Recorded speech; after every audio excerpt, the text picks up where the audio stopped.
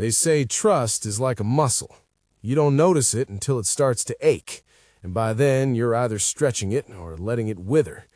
For most of my life, I like to think of myself as someone who kept his hands on the blueprint, measured, marked, and steady. I built houses long enough to know when a foundation had been poured right and when it had been rushed. I sold that business when my knees and my temper started arguing about who'd retire first. I wanted quiet. I wanted mornings that smelled like coffee and cedar and the slow shuffle of a dog at my feet. Linda liked the gym. She'd been going for a couple years before we married, meticulous with her routine, always smiling at the front desk like she was remembering a joke. She was younger than me by a good 12 years and carried a kind of easy confidence that made me grateful and sometimes nervous. I liked how she hustled through life. I liked the way she warned me off old paint colors with a look. Married 6 years. Not a long time compared to some, but enough to have habits. 2 coffee mugs left on the counter, one of mine with a chipped lip, the dog that came to me because I fed him last. Enough to have a rhythm. The day I found the bag, I was walking past the gym on my way back from the post office. It was that sort of late winter sunlight that lets Texas pretend it isn't going to fry you come June. Eddie, the security guard, was leaning against the front bench, looking bored and important the way men who sit by doors do. He caught my eye and handed me a black duffel without much ceremony. "Sir, we found this in the locker room. Lady said it was hers but left without it. Said her husband might be over here." He said it like it was an errand, like he'd seen 100 spare tennis balls found in toy bins. The duffel sat on my lap in the truck with the leather seats warm from the sun. Little Frank, my dog, circled once, considered, then settled. I unzipped it slow, because that's what you do when things are small and heavy. You let 'em tell you their weight. There was a man's watch wrapped in tissue, its leather band creased the way a watch band gathers stories. Not mine. The face had a generous shine that caught the light and didn't apologize. There was a receipt folded into a corner, the sort you'd slip into a wallet when you were feeling particularly clever. The name on that receipt wasn't mine either. There was a T-shirt, soft, cheap cotton, with a logo for a gym I'd never seen. None of those things needed to shout to be meaningful. They fit together like cracks you see in a beam, small, precise, and telling. Shock is a peculiar thing. It can be a hot, bright flame, or it can be a cold, quiet thing that makes every small move feel louder. Mine landed square and flat. You'd expect something cinematic, a roar, a dropped plate. Instead, I measured the weight of the watch in my hand, set it on the seat beside the duffel as if it were a tile I'd lifted to check the joists, and told Eddie to keep the bag while the staff called the owner again. I told him I'd wait. I wanted answers, but I knew from years of framing and finishing that answers don't come from hitting a wall harder. They come from finding where the wall is loose. I called my son from Houston. He laughed at first, said some half-joking thing about me in a midlife crisis. I told him I didn't want jokes. I didn't want to be loud. He said he'd drive over if I wanted company. I said no. There was a line I didn't intend to cross, and leaving that space for my own feet would tell me whether I was standing on solid ground. I thought about doing nothing. That was the honest truth. Plenty of men make scenes in parking lots. They wave their arms and holler and create stories for the neighborhood to chew on. It is a tempting, almost human thing to want to make noise until the hurt seems to echo back to you. I knew what spectacle did. It filled a room for a night and left a mess the next morning. I'd spent a life cleaning dust off sills. I knew what it meant to leave something in a state that could be rebuilt. I didn't want to burn the house down to know the beams had been compromised. So I called Carl. Carl and I have been friends since we were young enough to think we could outrun a truck. He was the kind of man who'd fix a roof and fix your hand on the same afternoon. These days he operated with his hands and with small favors. Old friends do that for one another. He told me he'd stop by the gym and see what he could see. He didn't ask if I wanted him to be discreet. He knew me enough to know I wanted things done like an old cabinet drawer, quietly, cleanly, no missing screws. When Carl came back, he didn't need to say much. He handed me a small envelope with a few glossy prints and one of those invoices printed with a hotel's logo. The photos were time-stamped, each one a brief, blind testimony. A trainer and a woman leaving in the same car, 2 coffee cups in hand, dates that matched the charges on the invoice. I sat in my truck and looked at the paper until the edges softened. The evidence was not a sermon. It was a series of notes, each one aligning into the same story. I read the gym's policy that night. It was printed on their membership page and tucked into the welcome packet like a polite warning. Trainers must not engage in intimate relationships with clients. I remember thinking of rules the way I used to think of codes on an electrical plan, necessary so wires don't cross and start fires. If a policy existed, then it meant there was someone else's definition of misconduct. If there was a rule, then there was a way to ask for enforcement without theatrics. Measure twice, cut once. I'd made my share of bad cuts in life. Few of them required the world to know. At home, I did the small things that felt like closing valves on a pipe that had sprung a leak. I pulled up the accounts where we'd shared access, the credit card that paid gym dues, the auto pays that meant bills came out of an account we both touched. I didn't call anybody with accusations. I called the customer service line, spoke to a polite woman who asked for verification, and told them to remove an authorized user from the card. It was not a dramatic move. There was no revenge in it. There was only the practical truth. The business of a married life is administration as much as affection. I phoned the dealership about the spare key. I told them my car had a duplicate fob registered and I wanted them to deactivate it for the time being. They asked me for details. I gave them what I had. They told me what they could do. I didn't tell you that to give instructions. This is my story, not a how-to. I tell you that because the work felt like tightening bolts, small actions that kept doors from swinging in on a nighttime I wasn't ready to make public. There are people in towns who notice when a man is controlling. I am not one of them. Control is a word that tastes like accusation. What I did could be said to be protecting what was mine, or it could be said to be asserting dominance. That is a not unfair point. The truth is simpler. I wanted to stop things I couldn't stand by while they unfolded further. I wanted to keep the damage to myself and to the people closest to me and not turn it into a farce for the block. I also knew I had a mind at my disposal and a lifetime of experience making small, precise fixes. That informed what I did next. A week passed that felt like an extra plank laid along the porch of my life. Linda came and went as she pleased. We did what couples do that are polite enough to still keep their hands off each other's plates. Civil mornings, quiet dinners, the dog insisting on being between us when he thought we might otherwise forget where our loyalties lay. I did not pester her with questions that would only produce defensive answers. I read the documents Carl had provided until the edges wore soft. I made copies, I filed, I labeled, like a man who knows the value of organization.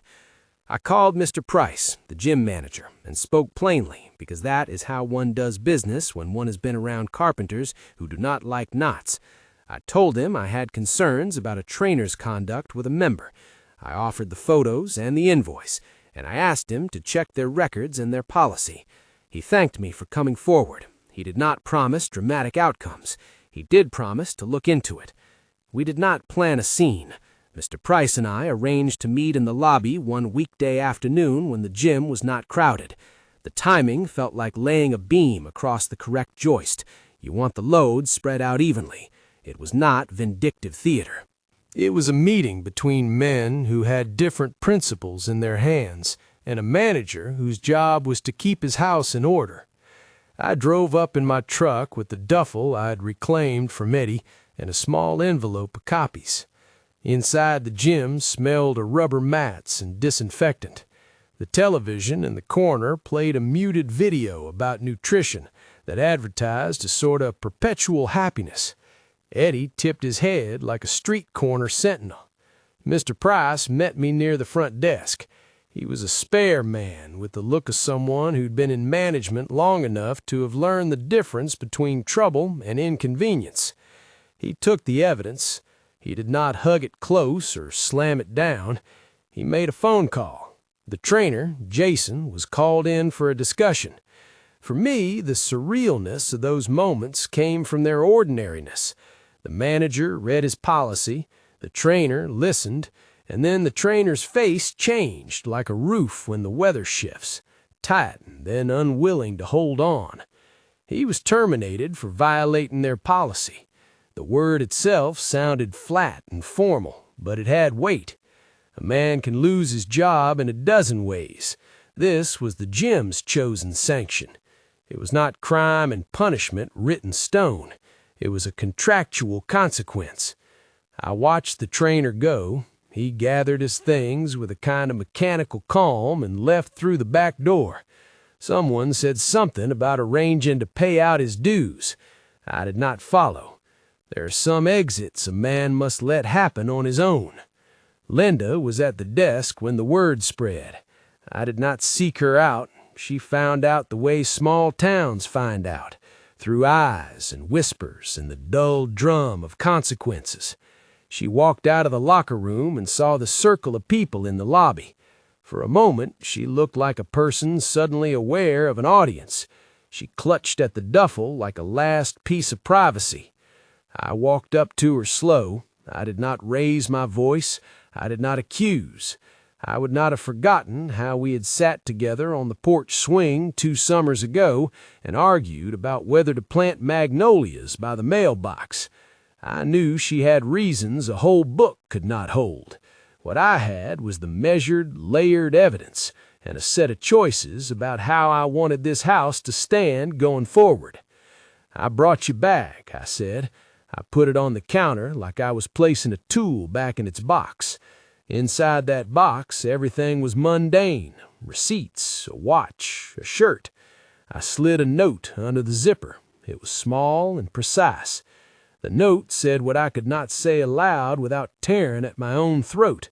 It said where I stood and what I intended. It was not a litany. It was not a threat. It was a closing of the ledger. People in the lobby watched. Some shifted their weight. A woman from aerobics covered her mouth with a hand. A young man trying to learn how to lift politely looked away. I saw my neighbors' faces, some neutral, some curious, some disappointed. Linda read the note. She did not look up for a long time. When she did, the mixture of anger and surprise and hurt half formed, like wood smoke catching in a corner. She said my name once, sharp and low. She said other things I won't repeat because anger is a thing that can be owned by whoever holds it, and I was not there to take custody of it. I left at sunset. The sky had that thin watercolor wash that comes when the heat is finally tired. I remember the way the truck felt as it carried me away, the cab smelling faintly of leather and old coffee grounds. Little Frank rode shotgun like a lawyer who refused to testify. The streetlights blinked awake. What followed was not a movie. Linda did not come back that night. She did not come back the next day. Jason stopped answering calls. The gym slid into its normal hum with a new trainer in the schedule and with the same fluorescent lights. People resumed their treadmills. Life went on its patient, indifferent way. The big things had been done, a policy enforced, a duffel returned, a few accounts adjusted. The smaller things, how 2 people who had been intimate learned to be strangers, unraveled in ways nobody would have wanted to handle for them. Friends called. A couple gave me a casserole. The VFW called and asked if I'd help with a flooring project for a veterans hall. The chores returned like friends. My son called from Houston and forced me to talk about nothing in particular until the ache thinned.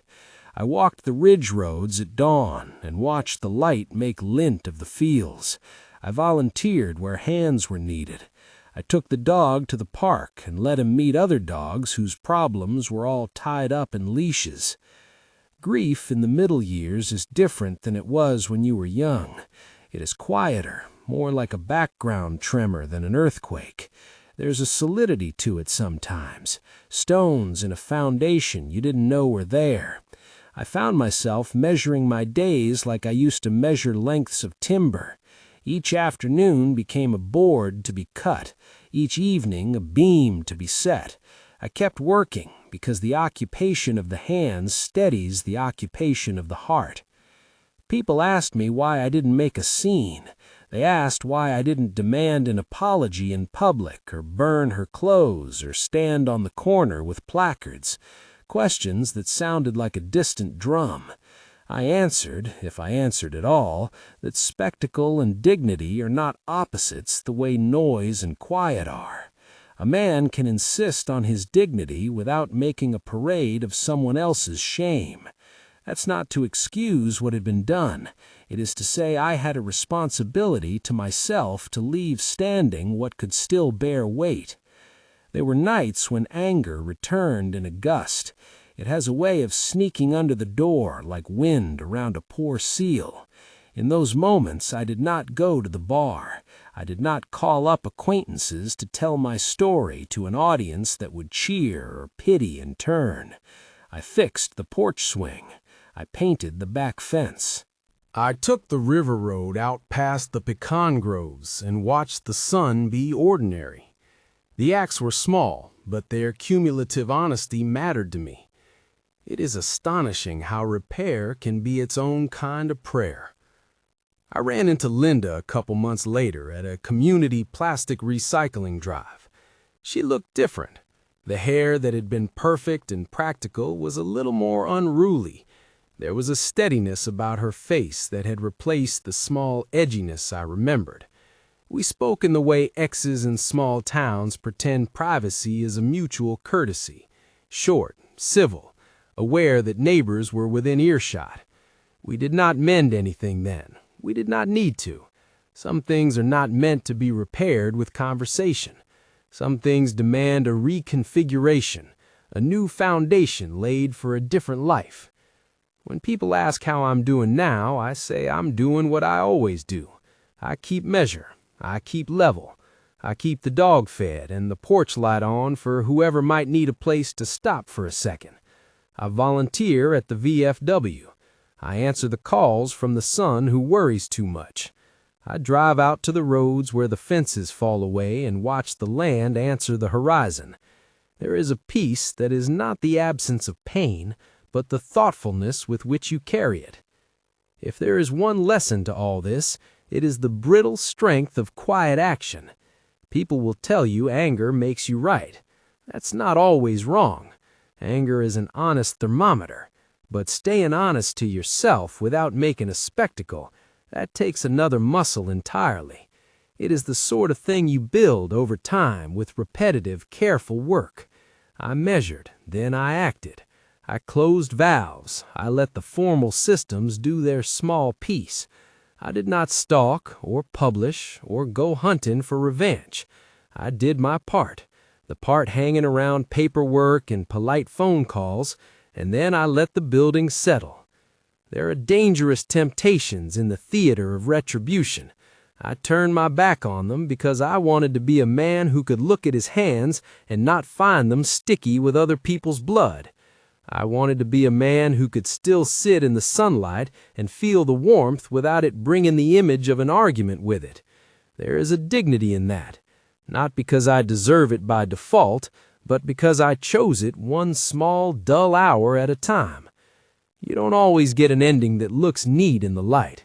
There are no wild reconciliations in my story. There is no cinematic revenge. There is only the work, filing, painting, driving, and sometimes crying into an old rag because it's late and the house is too big for one. There are afternoons when I find the watch in the glove box because I forgot to return it, and I drop it into the duffel like a small confession. That, too, is part of living. The watch was never mine to keep, but the lesson was. Trust can be rebuilt or left to calcify.